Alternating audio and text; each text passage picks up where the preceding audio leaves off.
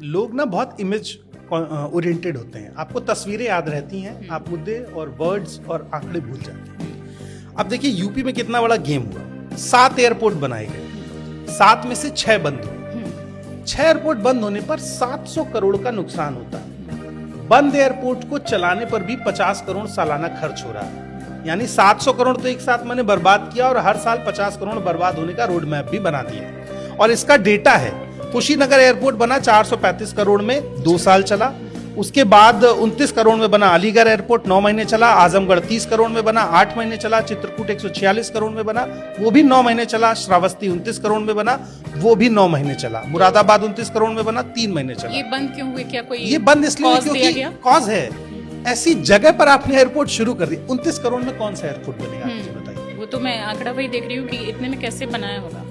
वहां पर fuel filling का प्रोसेस नहीं है, तो कैसे दूर से तेल ला रहे हैं, अच्छा भर दे रहे हैं। आपको प्रॉपर चैनलाइज करनी पड़ती है ना चीजें। आप केवल एक बड़ा सा गेट जैसा एम्स का बना है, हिंदुस्तान में इंडिया गेट बना था 3 करोड़ में, उस हिसाब से इन्फ्लेशन जोड़े तो आज 100-150 करोड़ में बन जाएगा।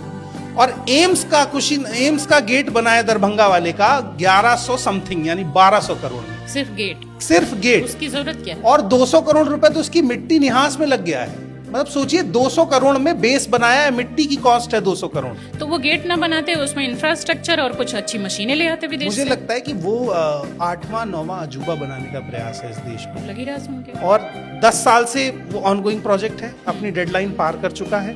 प्रधानमंत्री का वादा किया हुआ हर एक प्रोजेक्ट अपनी डेडलाइन पार कर चुका है और आज भी पूरा नहीं हुआ। कोई मुझसे बहस करता है तो मैं उससे यही सवाल पूछता हूँ कि मुझे इस बात से फर्क नहीं पड़ता कि कांग्रेस क्या कर रही है, कांग्रेस बुरी थी इसलिए नहीं, आप अच्छे हैं, रिपोर्ट कार्ड लाए।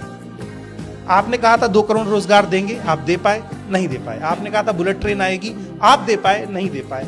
आपने कहा था 100 स्मार्ट सिटी बनाएंगे, आप खुद भी स्मार्ट नहीं बन पा रहे हो।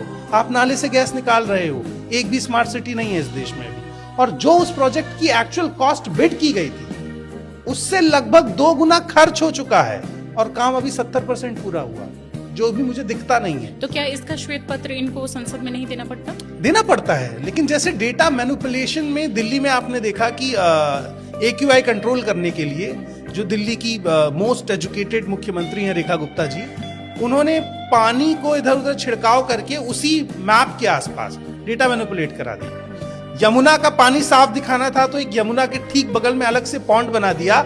और देखिए इस देश के पत्रकार और नेता कितने मूर्ख बनाते हैं। पत्रकारों को पता है कि वो अलग पॉन्ड बना हुआ है, पर नेता के साथ वहां पे जाके दिखा रहे हैं देखिए कितना साफ पानी। सुधीर चौधरी जैसे जर्नलिस्ट, तो वो तो खैर पत्रकार नहीं है। तो आप सोचिए फिर पब्लिक को पता कैसे चलेगा कि क्या काम हो रहा है? आप वही पानी पी रहे हैं जो पानी नहाने के लिए इस्तेमाल किया जाता है, उसमें फीकल का जो बैक्टीरिया होता है, मल, उसकी मात्रा 500 से कम होनी चाहिए या 1000 के नीचे। और आप कुंभ में कितना था आपको आइडिया है? हाँ, कुंभ वाली स्टोरी जिस समय चल रही थी 1 लाख के आसपास, यानी 1000% इस चीज की श्योरिटी है कि अगर उस पानी में आप नहाते हैं तो आप बीमार पड़ेंगे। निमोनिया, डायरिया, डेंगू, मलेरिया, जितनी भी डिस्कवर्ड बीमारी है वो सब होने के चांसेस हैं। कई लोगों ने स्किन डिजीज के भी उसके बाद अपने दिखाया था, स्किन डिजीज हुआ, और उससे ज्यादा खराब हालात बनारस में थे।